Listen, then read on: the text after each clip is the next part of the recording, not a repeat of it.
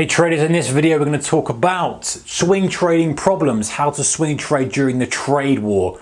Stay tuned.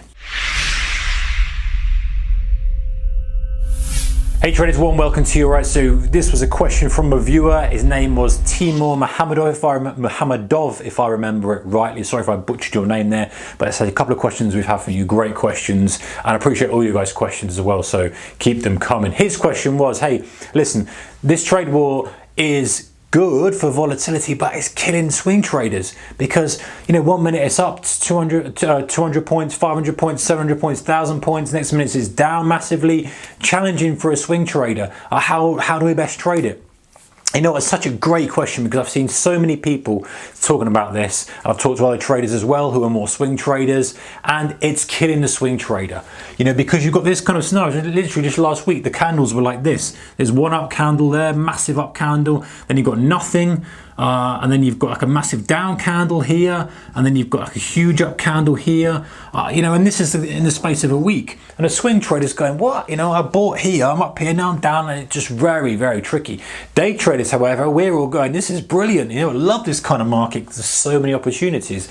So how to deal with it as a swing trader? Unfortunately, it's one of those situations where sometimes the market is very, very nice to day traders like this. Beautiful opportunities. We've got up, we've got down, we've got China whacking it, we've got Fed whacking it, we've got Trump doing all sorts of stuff. It's nice from a perspective of movement. Yes, it can catch you out, of course, and I've done videos where I've talked exclusively about day trading, but for swing traders, it's frustrating because you get literally 1 day of move or 2 days. You can't have that kind of month move or week of move that you're perhaps used to trying and get on the end of.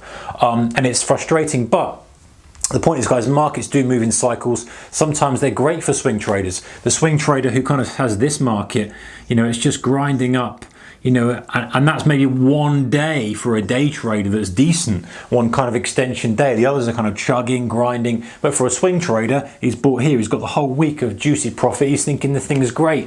And I think as day traders, well, I hate this market. And I think that's the way it goes, guys. You've got to kind of go, right, is the market suitable for me at the moment? Yes, it is. Day trader, great.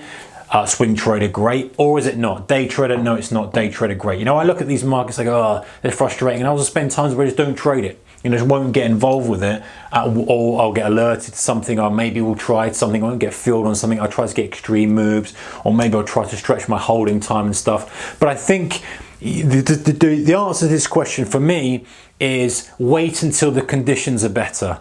It might be the answer you're looking for. You might be like, okay, we'll do this, do that. And there are some tricks and tactics maybe you could do, like, okay, maybe shorten your time frame and just look for a 1 day move, try and use the same strategies, but just literally say, okay, I'm going to close everything at the end of the day if I'm in a profit because I don't want to see it disappear.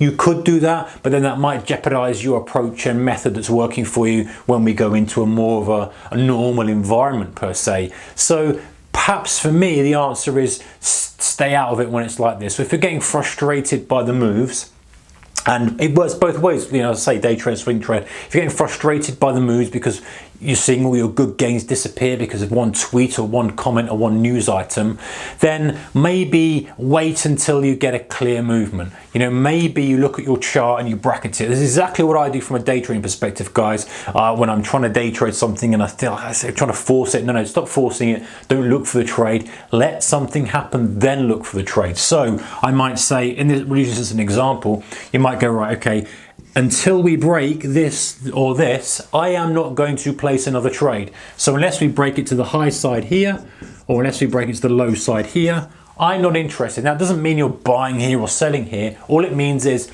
it can do whatever it wants within that range, but until it breaks and touches that, I'm not even going to evaluate it. I haven't decided if there's a trade yet, but it just means I'm not going to keep watching it. So I do that on intraday charts sometimes, or a weekly, even like this. You know, if it's very, very quiet, it's been sitting there, no big range, you might not even trade for 3 or 4 days in a row. You're like, well, there's nothing going on. 5 days, 6 days. If it's still sitting in the range, then just try and protect the capital. Same with swing trading. If it's chopping about and constantly pulling back profits and giving you profits and pulling them away and making you annoyed, then just set your level. Say, listen, until it breaks this level or this level, I am not even going to look at this market. I do not care. And then if it breaks it, you go, right, well, now I can see if there's a trade. There might not even be a trade there. You know, but you might say, well, I want to wait for a pullback now, I want it for this. But the point is, you're not getting involved, because I think the key is, guys, is that Very often as traders, and we're all kind of ambitious traders, we're very goal driven, everyone kind of on these channels and watching this is that way inclined. We want to make as much money as we possibly can, and so we have the urge to say, well, it's moving, right? The thing's moving, I need to be involved, I need to make money, this thing's shifting, what, you know, I'm getting on the end of things, I'm giving it away. So how can I get on the end of it and not give it away? Well, yes, you can change your strategy completely, and if that works for you, then that's fantastic. You know, if you can switch from swing trader to active trader easily, then that's great. But if you're struggling with that and you think it might affect your long-term success by kind of chopping things off early, when in reality normally you get like a 4 or 5 day run that really works for you, then maybe just stand by. You know, this is not going to be like this forever. It might be like this for, you know, for another couple of weeks, couple of months, or no, a couple of days. So I think stick to your strengths and say, okay, these are the levels I want to get involved in. This is what I want to see before I get involved in this market. And until then, I'm just going to let it do its thing, let the day traders have their fun, and then it'll come back to me, and then maybe hopefully everyone can have some fun again. You know, we can back into a good swinging market that's got some opportunity for all traders. But that's the way it is, guys. You know, sometimes the market doesn't really give what we want it to give all the time. And I think the stronger thing is to step back from it and go, right, well, it's not my conditions. I need to protect my capital, and I'm ready, and I keep my powder dry for when it is ready, and it's ripe and it's suitable for my side of trading. All right, guys, take care. I hope that's helped. Bye bye.